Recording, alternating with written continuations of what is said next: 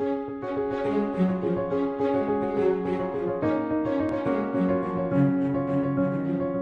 Barak, soldier, statesman, peacemaker. His is the story of the modern state of Israel.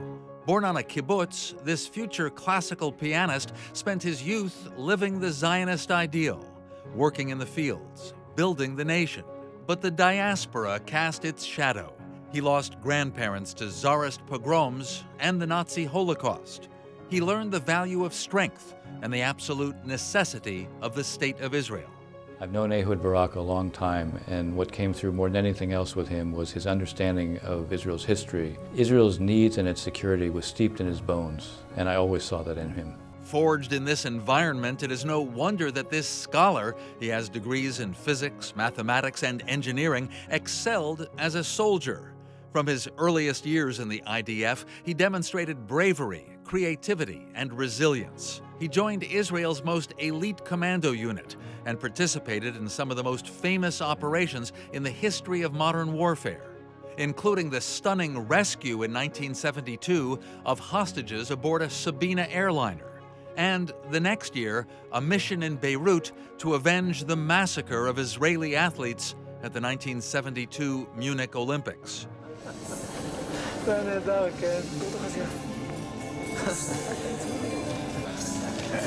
Barak. He was also a key architect of Operation Thunderbolt, the 1976 rescue of hostages from the Entebbe airport.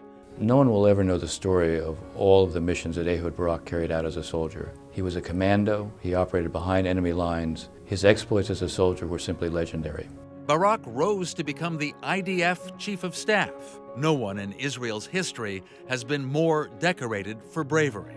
After 36 years of military service, Barak was recruited into government by his mentor, Yitzhak Rabin, who appointed him Interior Minister. A few months later, Rabin was struck down by an assassin's bullet. At this dark and difficult time, Barak was thrust into the role of Foreign Minister. 3 years later, he was elected Prime Minister in a landslide. Picking up Rabin's mantle, Barak pursued peace with the same tenacity and dedication with which he fought on the battlefield. He withdrew Israeli troops from Lebanon after 18 years.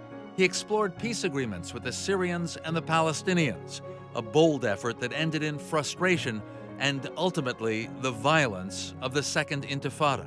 Ehud Barak was never afraid to make peace, but he approached it with open eyes. He wasn't naive, but he also realized that for Israel to stand pat wasn't sustainable over the long haul. He lost the prime ministry in 2001, and while he left government, he did not lose his desire to serve his nation. In 2006, he led the Labour Party into a national unity government under Prime Minister Ehud Olmert and became defense minister, a role he continued under a Likud leader, Prime Minister Bibi Netanyahu.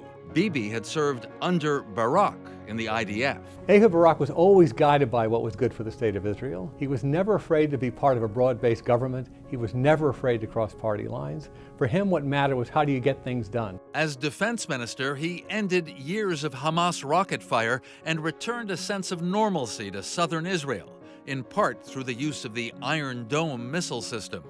He also advocated a vigorous response to Iran's nuclear ambitions.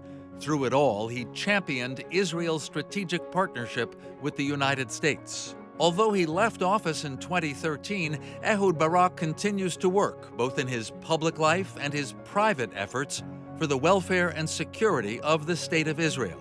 As soldier and statesman, he has put the security of his country above ideology, the welfare of Israel above his own safety. He once said, "Our generation did not learn the pioneering stories of our nation in the history books. We experienced them personally, creating a sovereign Jewish entity that can defend itself. This became the motivating factor of my life. A man of ideas, a man of action, a man who achieved greatness on the battlefield as a path to true security and lasting peace." Ehud Barak, scholar, statesman.